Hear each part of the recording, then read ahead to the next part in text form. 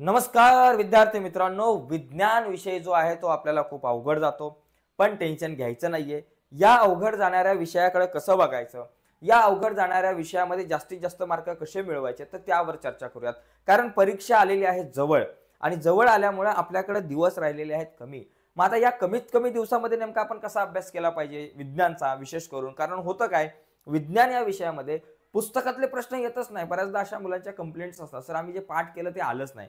का नाही आलं? कारण तुम्ही स्वाध्याय पाठ करत बसलात, तुम्ही वेगवेगळ्या प्रकारच्या नोट्स वाचत बसलात, परंतु तुम्ही पुस्तक वाचलं नाही।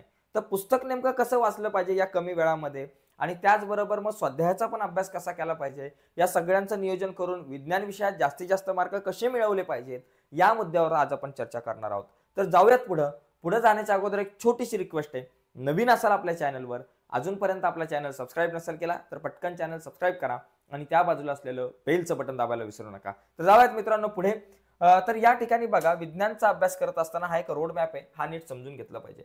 सगळ्यात पहिली गोष्ट, परीक्षेचा जो तुमचा पेपर पॅटर्न आहे तो तुम्ही समजून घ्या, म्हणजे प्रश्नपत्रिकेचं स्वरूप नेमकं कसं आहे ते समजून घ्या। ज्याच्यामध्ये प्रश्न क्रमांक पहिला जो आहे तो तुमचा ऑब्जेक्टिव्ह असतो, पहिल्यातला जो ए आहे त्याच्यामध्ये सगळे बहुपर्यायी प्रश्न असतात, नंतर एक एक मार्काचे प्रश्न असतात, शास्त्रीय कारणे असतात, त्याच्यानंतर तिसरा प्रश्न आहे तो 15 मार्काचा असतो। अशा प्रकारे ते प्रश्नपत्रिकेचं स्वरूप जे आहे ते आता मी सांगत बसत नाही, तुम्हाला माहिती आहे। हे प्रश्नपत्रिकेचं स्वरूप नीट समजून घेणं खूप गरजेचं आहे, ओके। आणि त्यानुसार तुम्हाला प्लॅनिंग करायला थोडंसं सोपं जाईल। त्यानंतर महत्त्वाच्या प्रकरणावर तुम्ही अधिक लक्ष द्यायचे, कुठल्या प्रकरणाला किती गुण आहेत हे समजून घ्या। युट्यूबला किंवा कुठेतरी तुम्ही ती माहिती मिळवून घ्या की बाबा कुठल्या प्रकरणावर किती मार्काचे प्रश्न विचारले जातात, आणि ज्या प्रकरणांवर जास्त मार्काचे प्रश्न विचारले जातात ना, पहिल्यात ती प्रकरण अभ्यासणं खूप गरजेचं आहे। कारण त्या प्रकरणातले प्रश्न डायरेक्ट 5 मार्काला वगैरे येऊ शकतात, कारण तुम्हाला 5 मार्काचा एक प्रश्न असतो तर तिथं थेट येऊ शकतात, ओके। त्यामुळं ते समजून घ्या कुठल्या प्रकरणावर गणित भाग 1च्या किती मार्काचे, विज्ञान भाग 1च्या किती मार्काचे प्रश्न विचारले जातात, विज्ञान भाग 2च्या प्रत्येक प्रकरणावर किती मार्काचे प्रश्न विचारले जातात, हे वेटेज तुम्ही समजून घेतलं पाहिजे। आणि ते वेटेज समजून घेऊन ज्या प्रकरणांवर जास्त मार्काचे प्रश्न बोर्डाच्या परीक्षेला विचारले जातात त्याचा सराव आपण करणं खूप गरजेचं असतं। यानंतर बघा, पाठांतर नको, समजून घ्या मित्रांनो। प्रॉब्लेम काय होतो विज्ञानमध्ये की आपण घोकमपट्टी करायला जातो, आपण पाठ करायला जातो आणि प्रश्न येतो फिरून। त्यामुळे विज्ञानचा अभ्यास करत असताना पाठांतर नकोय, कन्सेप्ट समजून घ्या। समजून कसं घ्यायचं, ज्या वेळेस एखाद्या प्रश्नाचं उत्तर आपण पाठ करत असतो त्यावेळेस एक स्ट्रॅटर्जी लक्षात ठेवण्याची, कशी, समोर चित्र आलं पाहिजे, व्हिज्युअलायझेशन करा मित्रांनो। व्हिज्युअलायझेशन, समोर चित्र आणा, जे तुम्ही वाचताय त्याचं समोर तुम्ही थोडीशी कल्पना करा, काहीतरी चित्र आणा आणि त्या अनुषंगाने ते लक्षात ठेवण्याचा प्रयत्न करा। समजून घ्या मी काय वाचतोय, मी काय पाठ करतोय हे समजून घ्या। समजून घेतलं तर जास्त काळ लक्षात राहतं आणि आपण विसरत नाही ऐन टायमाला। कारण नुसतं पाठ केलं, घोकमपट्टी केली तर ऐन टायमाला विसरू शकतो। यावर मी चर्चा करतो नंतर की बाबा कसं नेमकं पाठ केलं पाहिजे। बघा, यानंतर पुस्तक वाचून नोट्स काढा आणि स्वाध्याय समजून घ्या। आता पुस्तक वाचून नोट्स कशा काढायच्या हे आपल्याला समजत नसेल, धड्याचं वाचन खूप गरजेचं आहे। बघा, आतापासून तुम्ही ठरवा, दररोज 1-1, 2-2 धडे वाचायला घ्या, खूप फायदेशीर ठरेल। बघा कसं वाचन करायचं किंवा कशा नोट्स काढायच्या वाचता वाचता ते तुम्हाला सांगतो। बघा, आता समजा माझ्याकडे हे एक प्रकरण आहे, आता दुसरं प्रकरण आहे मूलद्रव्यांचे आवर्ती वर्गीकरण वगैरे। मी काय विज्ञान विषय शिकवत नाही तरी सुद्धा बघा, आता समजा मी पुस्तक वाचायला घेतलं तर वाचत असताना काय करायचं, कधी सुद्धा पुस्तक ज्यावेळेस तुम्ही वाचता, नोट्स कशा काढायच्या स्वतःच्या ते सांगतो।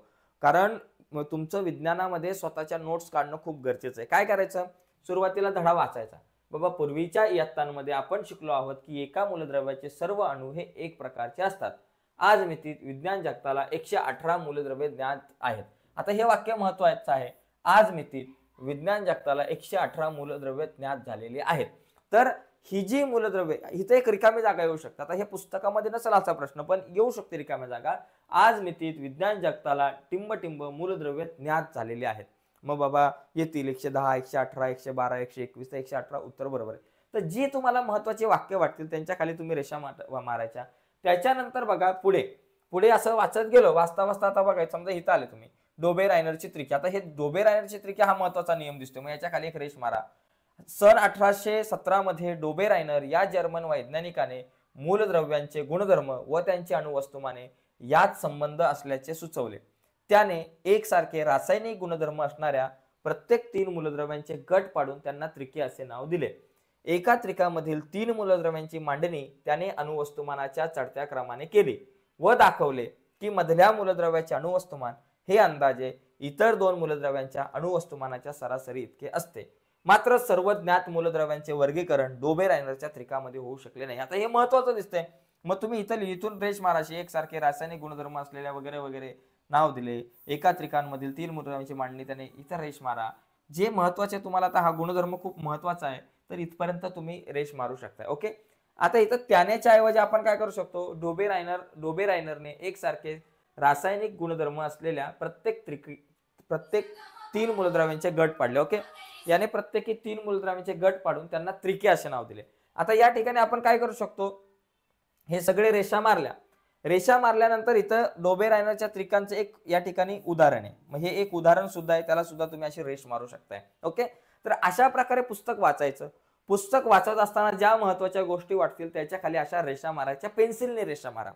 आणि ह्या रेषा मारल्यानंतर संपूर्ण पुस्तक ज्यावेळेस वाचून होईल, वाचल्यानंतर जिथं जिथं तुम्ही रेषा मारल्यात ना ते सगळं एका वहीमध्ये लिहून काढा आणि ते पुन्हा एकदा वाचा. म्हणजे धड्याची संपूर्ण तुमची रिव्हिजन होऊन जाईल चांगल्या प्रकारे. ओके.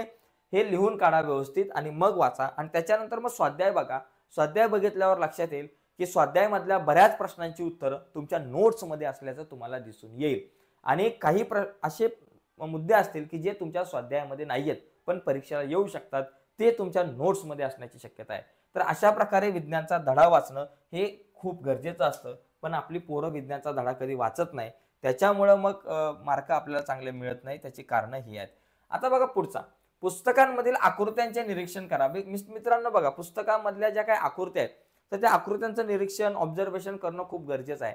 बऱ्याचदा काय होतं की आकृत्याच येतात आणि त्या आकृत्यांना नावे द्या, त्या आकृत्यांवरून काही प्रश्न असतात ते विचारले जातात. त्याच्यामुळे पुस्तकामधल्या प्रत्येक आकृत्या ज्या आहेत ना त्या नीट बघायच्या. त्या आकृत्यांना काय नावं दिलेली आहेत ती नीट समजून घ्यायची. त्या आकृतीवर आधारित जे काही प्रश्न तुम्हाला दिसतील तिथं ते नीट समजून घ्यायचं खूप गरजेचं असतं. कारण हे जे प्रश्न आहे आकृत्यांवर आधारित, हे आकृत्यांवर आधारित प्रश्न बऱ्याचदा साधारणतः 4 किंवा 5 मार्काला वगैरे येत असतात. आणि त्यानंतर जुन्या प्रश्नपत्रिकांचा सराव करणं खूप गरजेचं आहे. जुन्या प्रश्नपत्रिका आहेत त्या आपण सगळ्यांनी नीट समजून घेतल्या पाहिजेत, वाचल्या पाहिजेत. त्या प्रश्नपत्रिकेमध्ये कुठले कुठले प्रश्न रिपीट होतात, कशा प्रकारचे प्रश्न विचारले जातात ते समजून घ्या.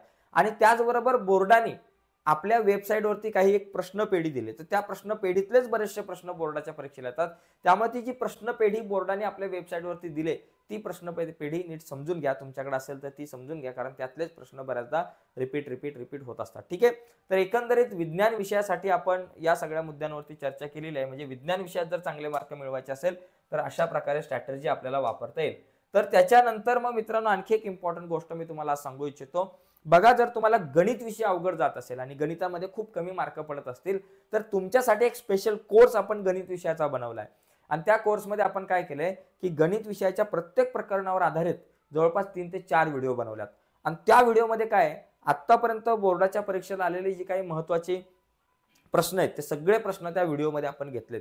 त्यामुळे तुम्ही जर गणित भाग 1 आणि 2चा जर तो कोर्स अभ्यासला, त्याच्यातला जर व्हिडिओ बघितला तर तुम्हाला नक्कीच चांगले मार्क मिळतील. ज्या मुलाचा अभ्यास 0 झालाय तरी सुद्धा त्याला चांगले मार्क त्या कोर्सचा अभ्यास करून मिळू शकतात. आता हा जो कोर्स आहे तसं बघायला गेलं तर 499चा आहे, पण सध्या त्याच्यावर आपण 200 रुपयाची डिस्काउंट देऊन तो 299 रुपयालाच आणलेला आहे.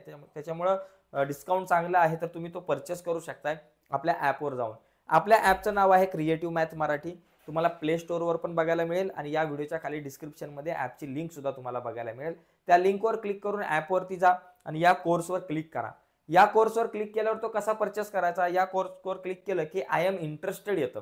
त्यावर क्लिक केलं की तुम्हाला व्हॉट्सअपला मेसेज जातो आणि व्हॉट्सअपला जो मेसेज जाईल त्यावर क्लिक केलं की तिथून तुम्ही पैसे भरू शकताय. तिथून क्लिक करून तुम्ही जर पैसे भरले की लगेच तुम्ही एनरोल होऊ शकताय आपल्या या कोर्समध्ये. ठीक आहे.